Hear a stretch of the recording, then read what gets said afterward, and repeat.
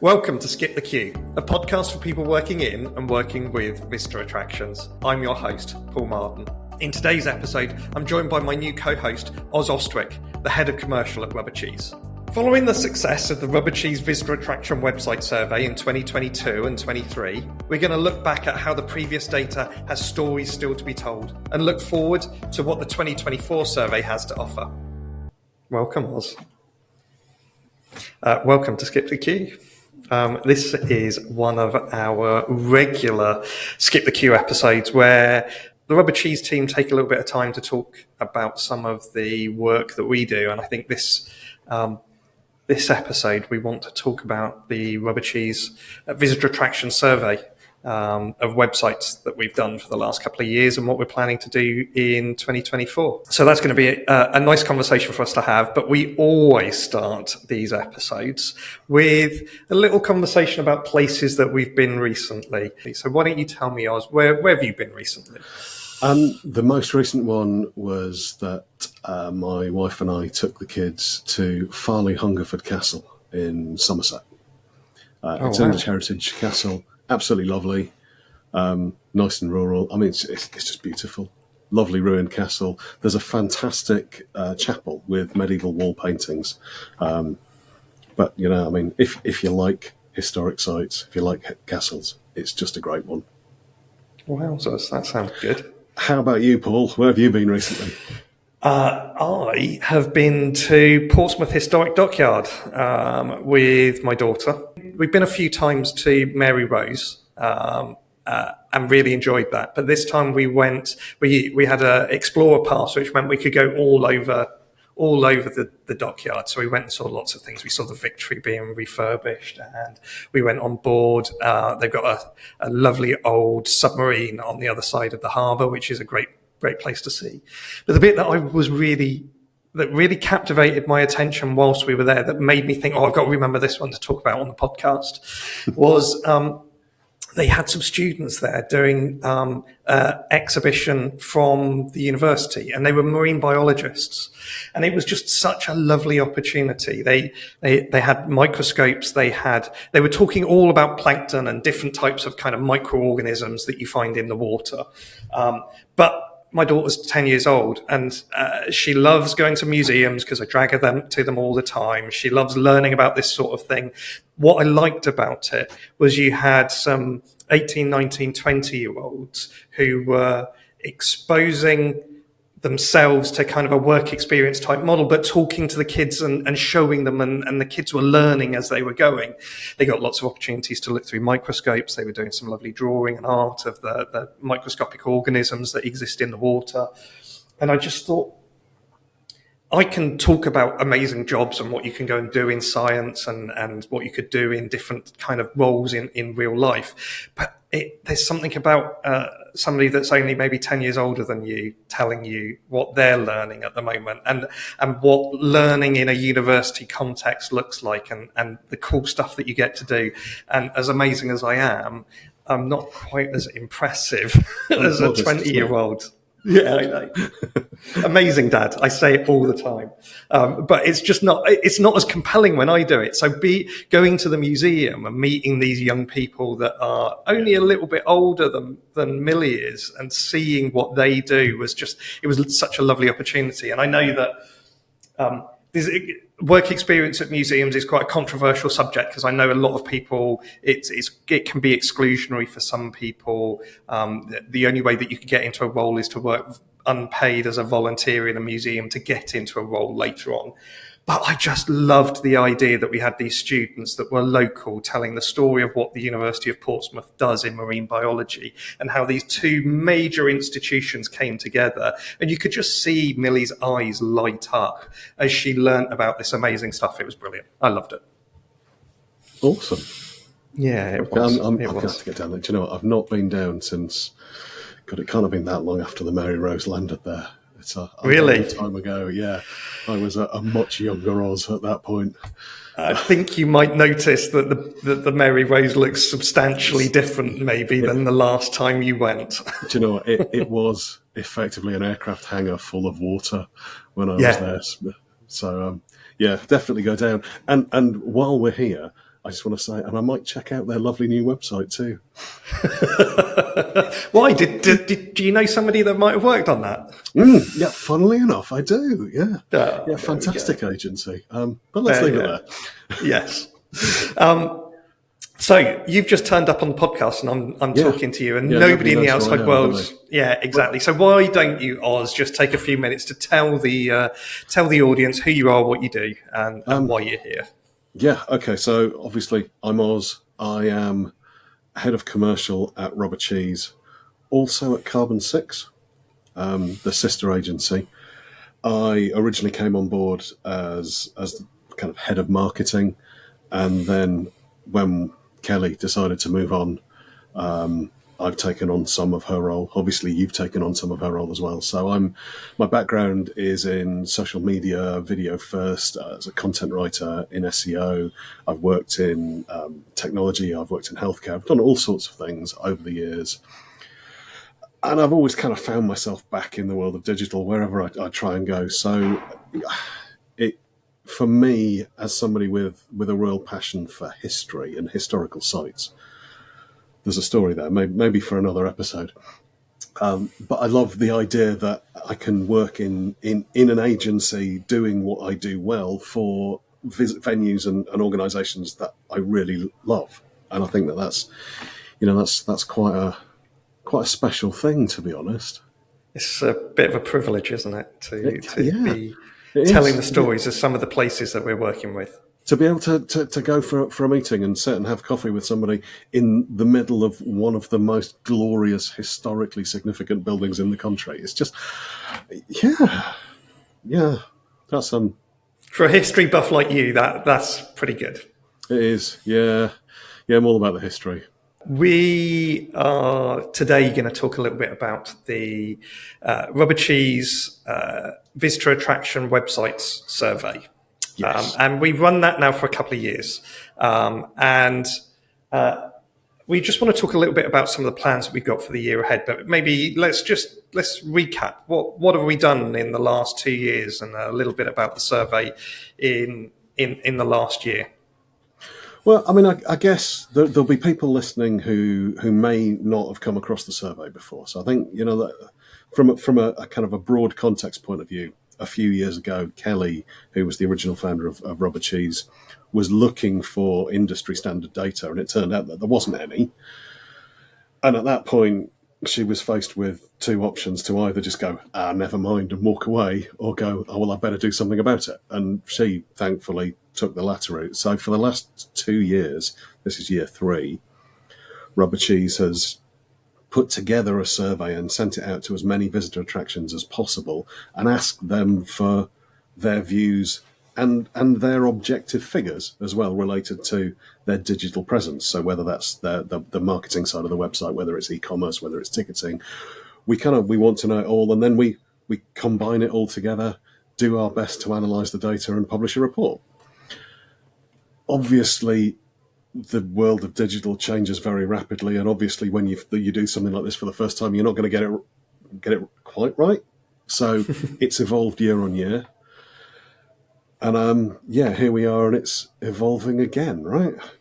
Yeah, exactly. So we had more than double the number of respondents last year compared to the first year. We had some amazing people that came together in London for a launch event in the first year, and then we had a great webinar last year launch. I just want to interrupt briefly at this point. If you were at that launch event, then we have already met.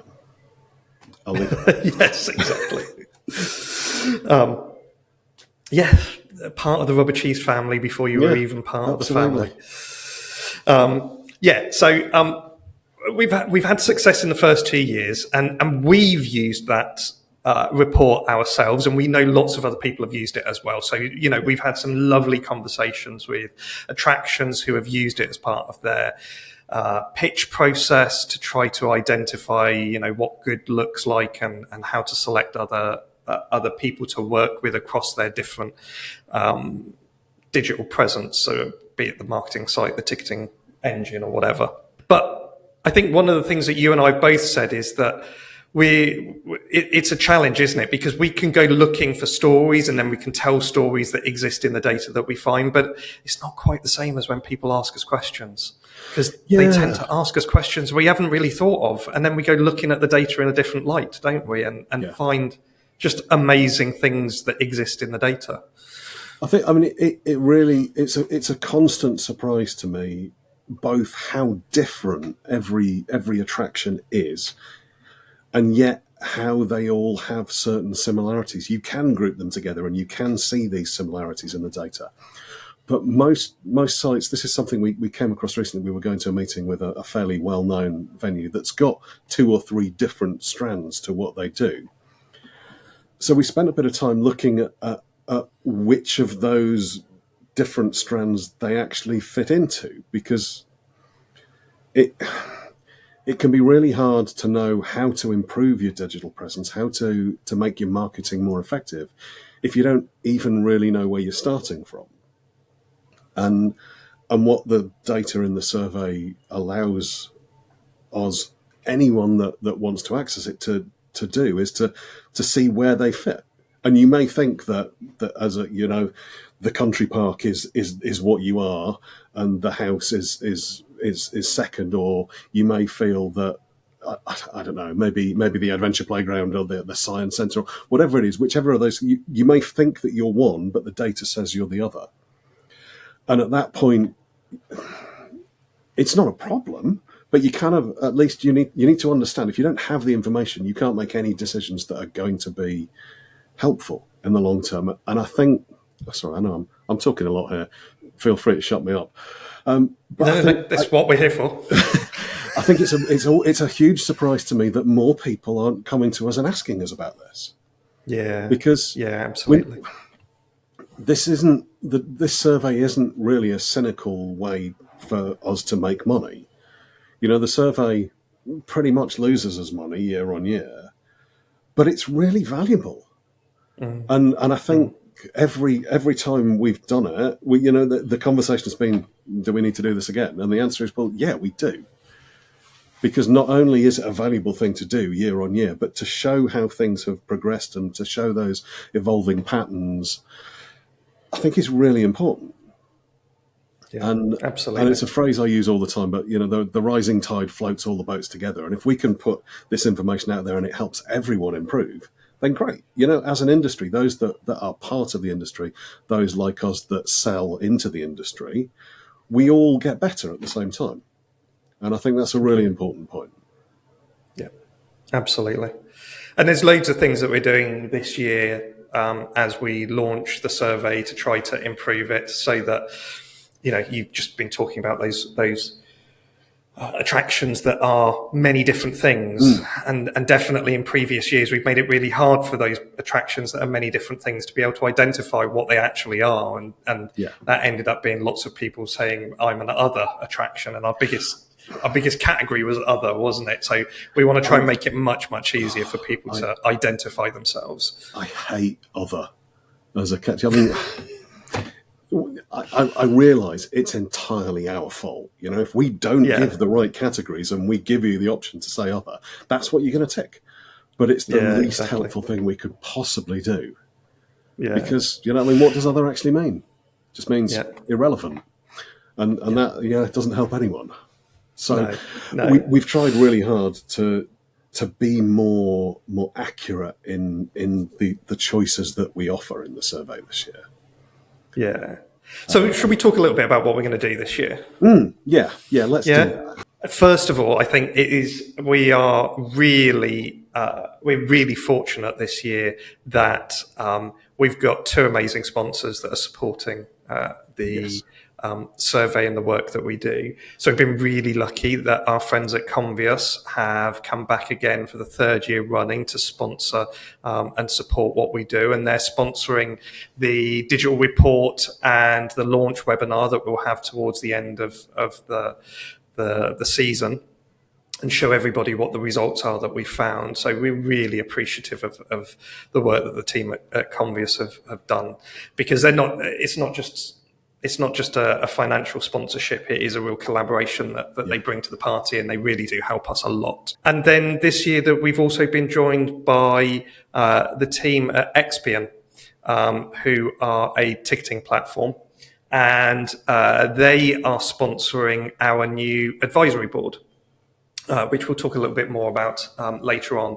But we asked for people in the sector to come and join us to advise us, and in order to be able to make that a reality, Expion have sponsored that advisory board throughout the entire year. So it's brilliant. It's great that other people are seeing a real value in the thing that we've been doing for the last couple of years and want to sponsor us going ahead and making it better year on year. So thank you to both Convius and Expion for supporting us this year. I think just at this point, again, I'd like to interject and maybe a little shamelessly say that there are still a couple of aspects of what we're doing with the survey and the report that it would be really nice if we could maybe get some help from another sponsor. So if you'd like to maybe get involved, we're thinking about an in-person launch event like we did in year one. That's a big deal to organise, to run, to fund. So if maybe that's something you'd like to help with, get in touch. That'd be great. Yes, we are always happy for new people to join the party with us and help to support the good work that we're all trying to do here. So there's more information about that on the website at rubbercheese.com/survey.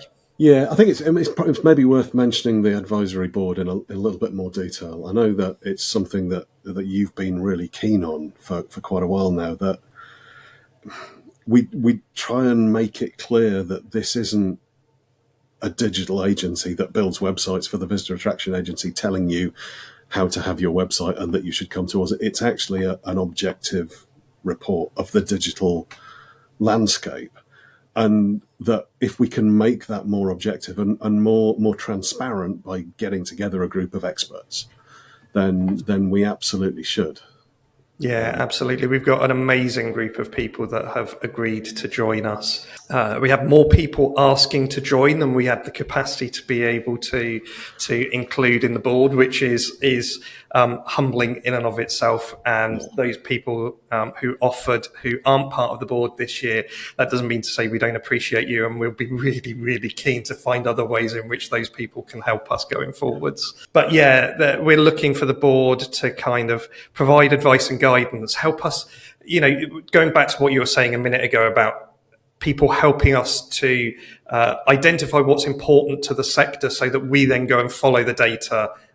We ask the right questions, we look deeply into the data, we understand where the interesting stories are, and then reflect that back to the sector as a whole in the final report. That's so much easier when we've got a board of people that are advising us what matters to the heads of digital of the attractions around the country.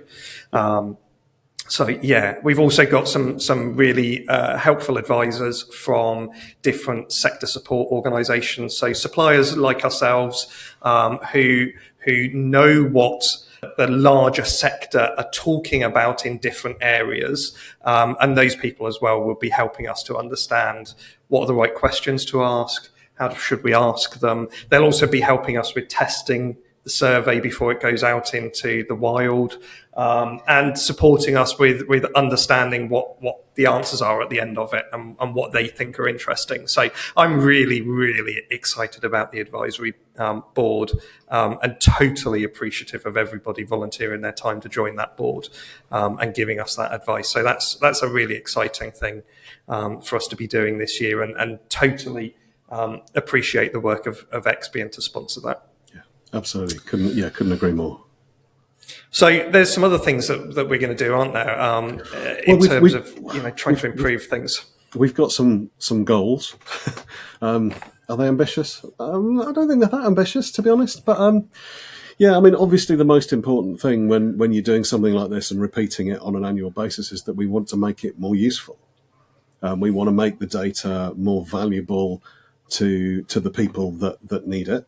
So we've spent a lot of time going through the previous survey and looking at what what we asked and what we got in response to those questions, whether we got the information we thought we would, and whether that information's even of any help to any. So I think we've cut it down fairly significantly this year, I think, because we've taken a knife to quite a lot of it, a red pen, and scored through quite a lot of the questions, haven't we? Yeah, I mean, I wonder if perhaps maybe people were getting a little bit tired of the survey by the time they got towards the end, because it was really long, and it's still quite long. But I think there's very little in it that isn't really, or at least to me, feels really valuable. To be able to say, absolutely, this is where I am, and if I can compare where I am to the wider industry around me, that would be a helpful thing to be able to do. Yeah, and I think pretty much every question does that. We're hopefully going to grow the sample size, because year 1 to year 2 was a really significant step up.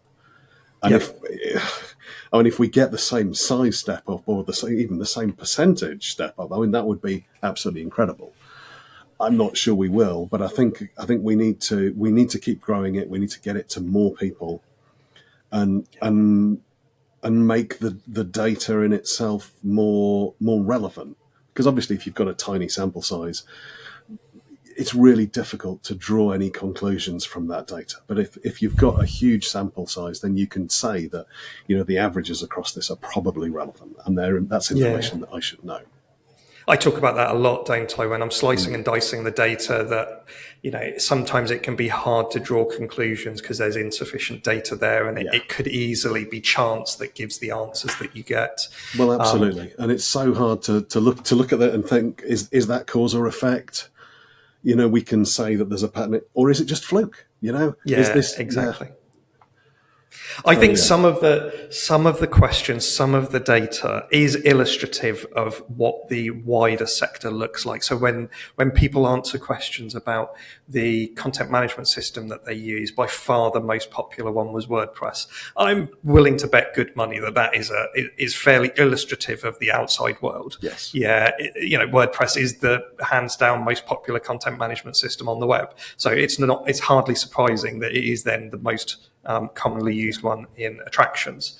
But some of our numbers around ticketing systems, e-commerce systems, and some of the conversion rate information as well, I would not be surprised if that is being skewed because the sample size isn't necessarily big enough. So the more people that join, every person that is submitting their data is making a substantial difference to the quality of the answers that we give afterwards. And I also think that kind of the intersectionality of stuff. So, when you're talking about historic houses that have got an animal-based attraction at the same place, when you start to zero in on those smaller sample size or sort of smaller groups, they get so small that it's very hard to draw any conclusions. If we can make the sample size bigger, then those intersectional groups will still be fairly small. Yeah, if there's a Venn diagram, there's not a lot of overlap in some of these groups, and they will be pretty small groups. But you'll still get some interesting answers rather than a sample size of 1, which some of the smaller groups do drill down to that at the moment. So the more people, the better, and the more diverse types of attractions that fill in, the better. Yeah, but I think it's probably worth kind of recognising that some of the groups that people fall into are going to be really small. I mean, how many safari parks are there in the UK, for example? It's not a lot.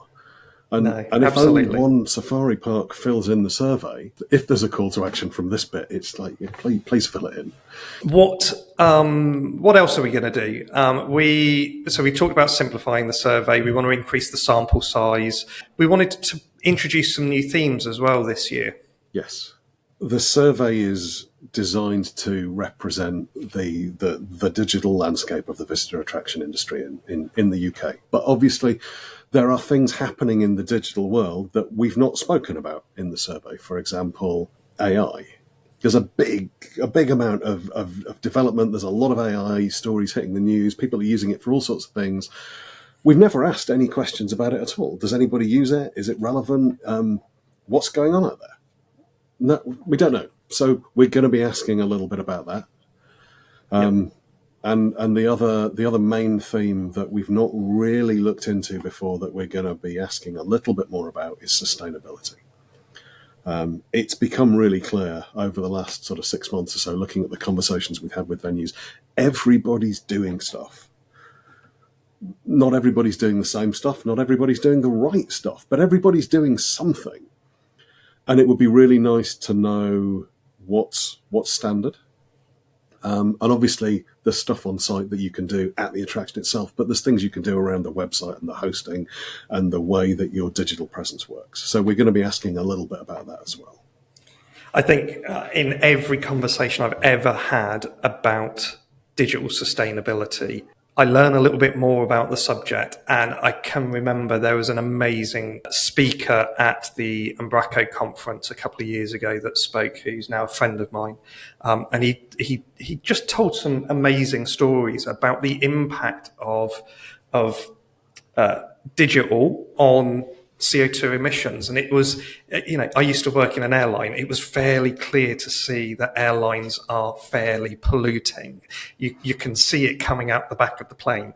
But I don't think I'd ever really seriously thought about digital technology being a major contributor to climate change in the way that I now understand it to be.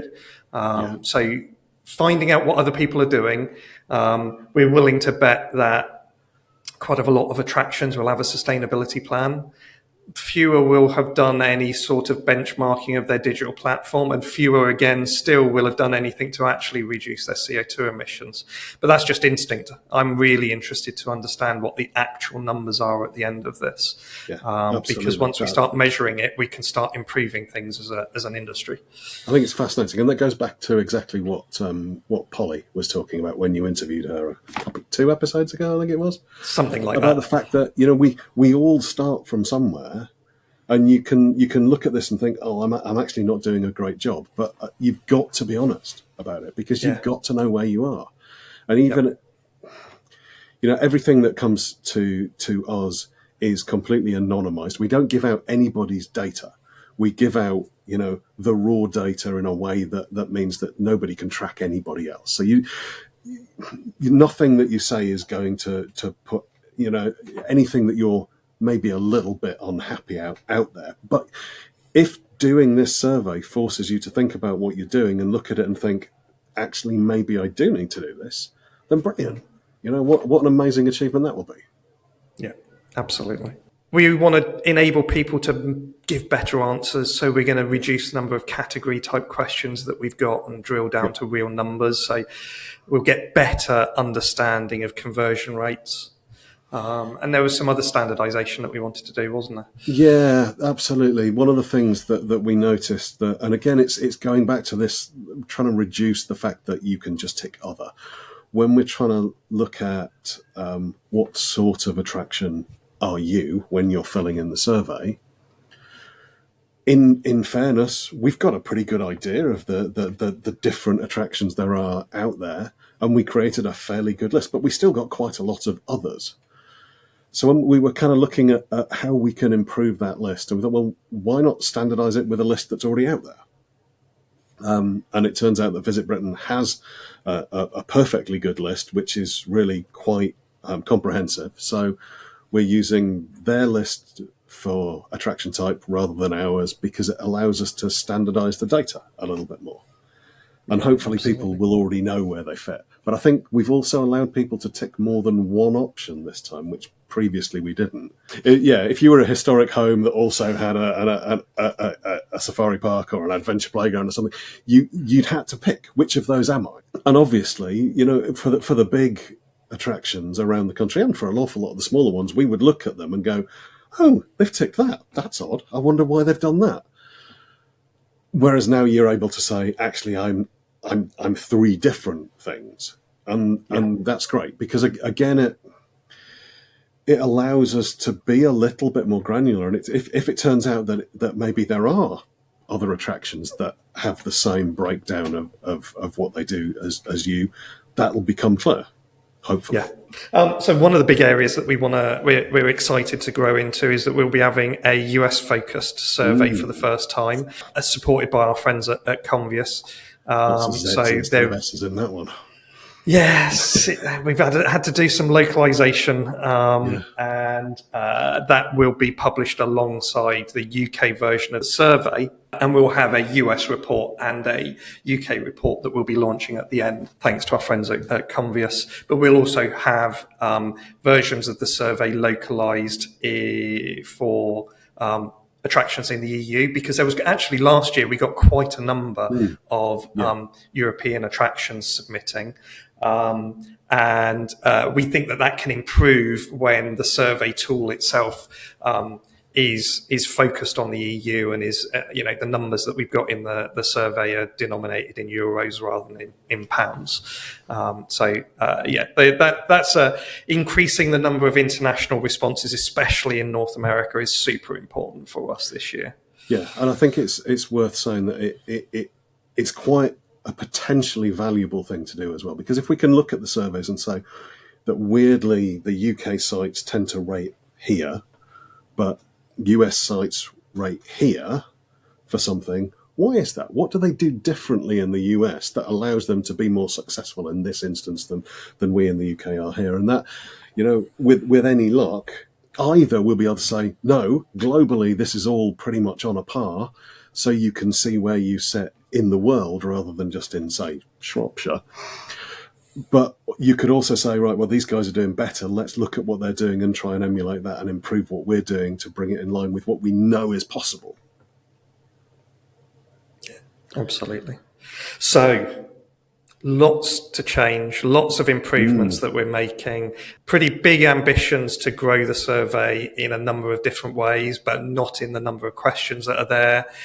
So hopefully it will take less effort for people to submit their responses this time. And the survey will be launched around the time that this episode comes out. So you'll be able to go on to rubbercheese.com /survey and follow the links and submit your data, which is pretty exciting for us. We'll be sat there watching the responses rolling in. I got very excited last year watching people respond. I can't wait. So at the end of all of this, that sounded sarcastic, didn't it? It wasn't supposed to. I genuinely am quite excited about this.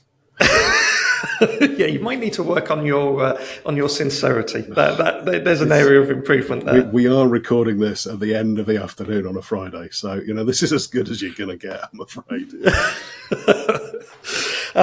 So we're really keen for people to go onto the website and fill in the survey, but there's other things that you want as well, isn't there, Oz? Well, for me, I want people to talk to us.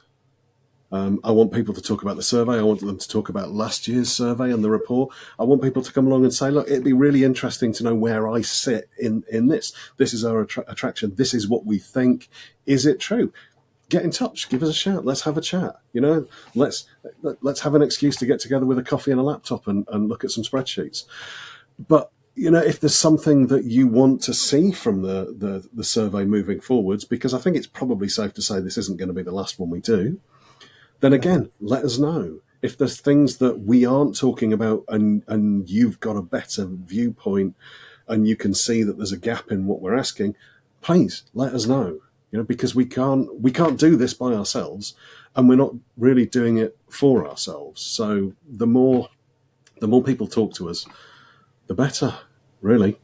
So if you want to talk to us, all the usual social channels that we normally talk about, but also send us email at survey@rubbercheese.com. Both Oz and I will get that, and really, really keen to spark the conversations and see where it goes from there. Yeah, and if we bump into each other at an event or you see me, give me a shout. I'll buy you a coffee. I mean, on him, obviously. Of course. So, your episode number 1 on Skip the Queue, how was it for you? That was all right, actually, wasn't it? Yeah. It was all right. Okay. I mean, yeah. I don't know. Let's see. Well, I enjoyed it. I've enjoyed it. Not quite the same as talking to Kelly, but not the same. Not better or worse. I'll take just that as different. a compliment.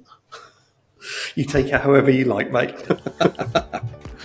Thanks for listening to Skip the Queue. If you've enjoyed this podcast, please leave us a 5-star review. It really helps others to find us.